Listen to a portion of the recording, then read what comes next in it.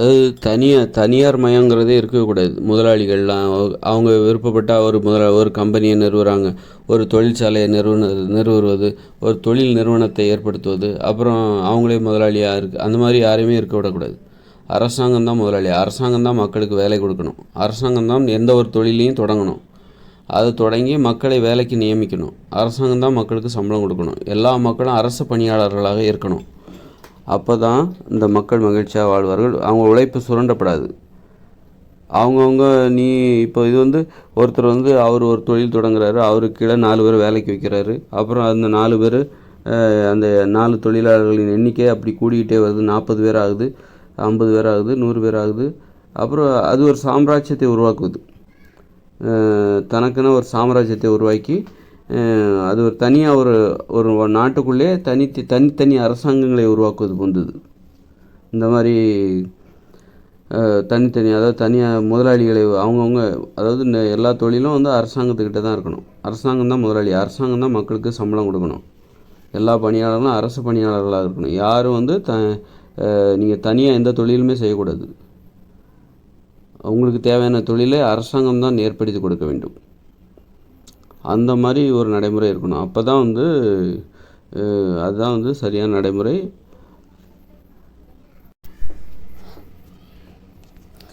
அப்படி இருந்ததுன்னா அந்த மக்கள் பாதுகாப்பாக மகிழ்ச்சியாக வாழ்ந்திருப்பாங்க. இந்த அரசாங்கத்திற்கு விசுவாசமாக வாழ்ந்திருப்பார்கள்.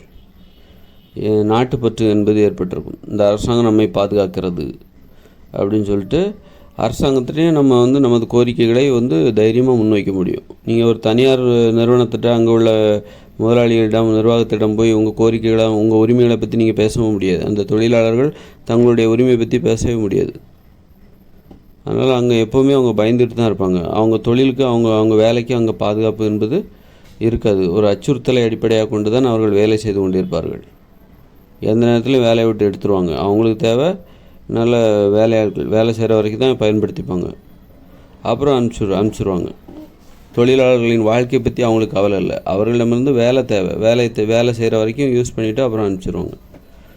அதனால் நம்ம தனியார் தொழில், இந்த மாதிரி முதலாளிகள் அவங்க போக்கில் யார் வேணாலும் என்ன தொழில் வேணாலும் ஆரம்பிக்கலாம். யாரை வேணாலும் தனக்கு கீழே வேலைக்கு வச்சுக்கலாம், முதலாளி ஆகிடலாம். அப்புறம் முதலாளிகளை முதலீடு போட்டு ஒரு தொழில் ஆரம்பிச்சிருவாங்க. அப்புறம் 100 பேரை வேலைக்கு வச்சுப்பாங்க. அவங்க உழைப்பினால் வந்த லாபத்தை இவர் எடுத்துகிட்டு போயிடுவார். இந்த மாதிரி ஏமாற்று வேலைகள் உருவாவதற்கு இந்த மாதிரி தனியார் மயத்தை அனுமதித்தது தான் காரணம். தனியார் மயம்னு எதுவுமே இருக்கக்கூடாது. யாருமே எந்த தொழிலும் சுயமாக தொடங்கவே கூடாது. அரசாங்கம் தான் தொடங்கணும். நீங்கள் கோரிக்கை வைக்கலாம், இந்த இடத்துல இப்படி ஒரு தொழில் தேவைப்படுது, இந்த மாதிரி ஒரு தொழில் இந்த இடத்துல தேவைப்படுது, நாங்கள் 10 பேர் செய்ய தயாராக இருக்கோம், அரசாங்கம் அதற்கான ஏற்பாடுகளை செய்யணும் அப்படின்னா அரசாங்கத்திட்ட பணம் இருக்குது. அதை டக்குன்னு அந்த தொழிலை ஏற்படுத்தி அங்கே 10 பேரை வேலைக்கு வச்சிடணும். அதை ஆராய்ஞ்சு பார்த்து ஓகே இங்கே வச்சாக்கா நல்ல வருமானம் வர வாய்ப்பு இருக்குது, அதனால் 10 பேர், அதனால் வேலையை ஆரம்பித்து 10 பேரை நியமித்து அவங்கள அரசு பணியாளர்களாக மாற்றிடணும். அப்போது ஒரு தொழிலை சிறப்பாக செய்கிறக்கிட்ட அரசாங்கத்திட்ட பணம் இருக்குது. நிறைய பேரால் வேலை செய்கிற எல்லாருமே இப்போ என்னென்னா அவங்கவுங்க நீங்கள் சுயதொழில் பண்ணால் நீங்கள் ஆரம்பிச்சிக்கலாம். நிறைய பேர்த்துக்கிட்ட ஐடியா இருக்குது, பணம் இல்லை. சுயதொழில் பண்ணுறதுக்கு நிறையட்ட ஐடியா இருக்குது, ஆனால் பணம் இல்லை. ஆனால் அரசாங்கமே இந்த வேலையை செஞ்சாக்கா அரசாங்கத்திட்ட பணம் இருக்குது. ஒரு வேலையை தொடங்குறதுங்கிறது ஈஸி. உடனே அந்த பணியாளர்களே அதில் வேலைக்கு ஒரு மளிகை கடை, இந்த இடத்துல ஒரு மளிகை கடை ஆரம்பித்தா நல்லாயிருக்கும். அரசாங்கம் எனக்கு ஒரு மளிகை கடை அமைச்சு கொடுங்க. மளிகை கடை அமைச்சு கொடுத்துட்டு அரசாங்கம் அவங்களுக்கு ஒரு சம்பளத்தை கொடுத்துடணும். அப்புறம் எங்கெங்கே மளிகை கடை இருக்கோ அது அரசாங்கம் தான் வச்சுருக்கோம். அதை அரசு மளிகை கடை அப்படின்னு, தனியார் யாரும் மளிகை கடை வைக்கக்கூடாது. அப்போ மளிகை கடை வச்சுட்டு அதுக்கு வேலைக்கு ஆள், அரசு பணியாளர்கள், அவங்களாம் அரசு பணியாளர்கள். அங்கே அந்த அந்த அந்த மளிகை கடைக்கு வர்ற மளிகை பொருட்கள்லாம் அதற்குன்னு வர்ற இடம், அதை தயாரிக்கிற இடம் எல்லாமே மளிகை பொருட்கள் தயாரிக்கிற இடம், அதெல்லாம் அரசு கட்டுப்பாட்டில் இருக்கும். அது மாதிரி விவசாய பொருட்களை நீங்கள் விவசாயம் அரசுக்கிட்ட இருக்கணும். அரசாங்க வசம் இருக்க வேண்டும், அரசு உடைமையாக இருக்க வேண்டும். விவசாயிகள் அனைவரும் அரசு பணியாளர்களாக இருக்கணும். விவசாய உற்பத்தி பொருட்களை விற்பனை செய்வதற்கு விற்பனையாளர்களாக அரசாங்கமே நியமிக்கணும். இப்போ மார்க்கெட்டில் கூவி வியாபாரம் பண்ணிகிட்ருக்காங்களே, அந்த மாதிரி யாரும் தனியாக யாரும் அது அரசாங்கம் தான் பணியாளர்களை நியமித்து கூவி விற்கணும்னு சொல்லலை. அதற்கான ஏற்பாடுகளே ஒரு நல்ல கடையை, டீசெண்டான ஒரு கடை, அந்த மாதிரி கடையை ஏற்படுத்தி மக்களை விற்பனையாளர்களாக நியமிக்கணும். அந்த மாதிரி நியமித்து விலைவாசியை கட்டுக்குள்ளே வச்சுக்கலாம். அப்போ தான் விலைவாசியை கட்டுக்குள்ளே வைக்க முடியும், கட்டுப்பாட்டுக்குள்ளே வைக்க முடியும். இந்த மாதிரி அப்போ ஏகப்பட்ட வேலைவாய்ப்புகளை கொடுக்கும். இப்போ இந்த வியாபாரிகள்லாம் எவ்வளோ சம்பாதிக்கிறாங்க. அதை அரசாங்கமே சம்பாதிச்சு அவங்களுக்கு ஒரு சம்பளத்தை கொடுத்து, நீங்கள் அரசு பணியாளர்கள், ஒரு வியாபாரிக்கு தேவையற்ற பயம் எதுவுமே தேவையில்ல. அந்த விற்பனையாளருக்கு விற்றாதான் காசு, இன்றைக்குள்ளே விற்றாகணும் அப்படிங்கிற எந்த பயமும் தேவையில்ல. அரசாங்கம் அதை பார்த்துக்கும், எப்படி விற்கணும், என்ன பண்ணணும், எல்லாத்தையும் அரசாங்கம் பார்த்துக்கும். அந்த மாதிரி அரசாங்கம் அந்த எல்லாரையும் அரசு பணியாளர்களாக மாற்றுவதற்கு முயற்சி செய்ய வேண்டும். தனியார் மயமாக்கத்தை அதை ஊக்குவித்து கொண்டே இருக்கக்கூடாது. அது மக்கள் வாழ்க்கையை பதட்டமாகவும் பாதுகாப்பின் இல்லாமலும் செய்துவிடும். இந்த நாடு மீது மக்களுக்கு ஒரு பாசம் வராது, ஒரு பற்று வராது. நீ பயந்துக்கிட்டே வாழ்கிற, பயந்துக்கிட்டே வேலை செய்கிற, எப்போ வேணாலும் வேலையிலேருந்து தூக்குவாங்க, ஒரு நெருக்கடி, மன அழுத்தம், ஒரு நிம்மதியாக தூங்க முடியல, நல்ல லீவு கிடைக்க மாட்டேங்குது, ஏகப்பட்ட மணி நேரம் வேலை வாங்குகிறாங்க. இதெல்லாம் இந்த தனியார் துறையில் நடக்குது. அப்படிங்கும்போது அவங்களுக்கு எப்படி இந்த நாட்டு மீது பற்று வரும்?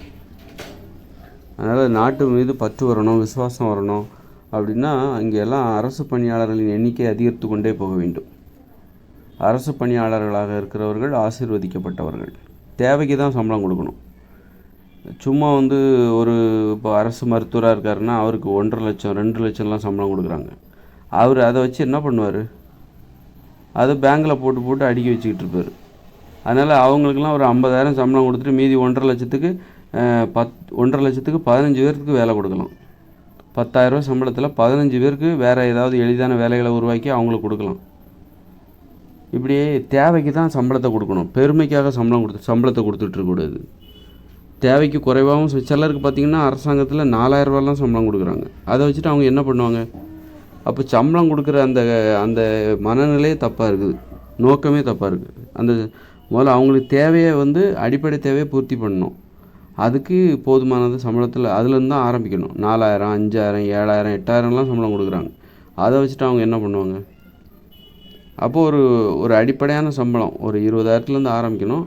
அதிகபட்ச சம்பளம் ஒரு 50,000லேருந்து 60,000த்துக்குள்ளே முடிச்சுக்கணும். அதுக்கு மேலே யாரும் சம்பளம் வாங்கக்கூடாது. கல்வி, மருத்துவம் இதெல்லாம் இலவசமாக கட்டணம் இல்லாமல் கொடுத்துடணும். அப்போ அதிகமாக சம்பளம் கொடுக்க வேண்டிய அவசியமே இல்லை.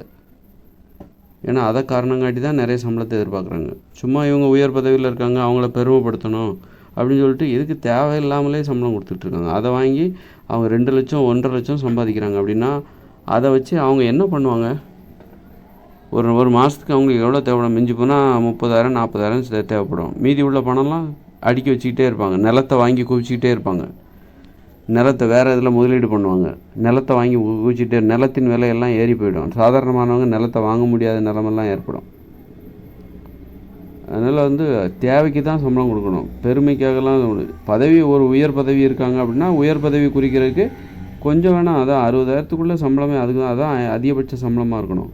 1.5 லட்சம் கொடுக்குறது, 1 லட்சம் கொடுக்குறது, 2 லட்சம்லாம் கொடுக்குறது, இதெல்லாம் பல பேரோட வேலைவாய்ப்பை பறித்து கொண்டு தான் நீங்கள் அந்த சம்பளத்தை கொடுக்குறீர்கள்.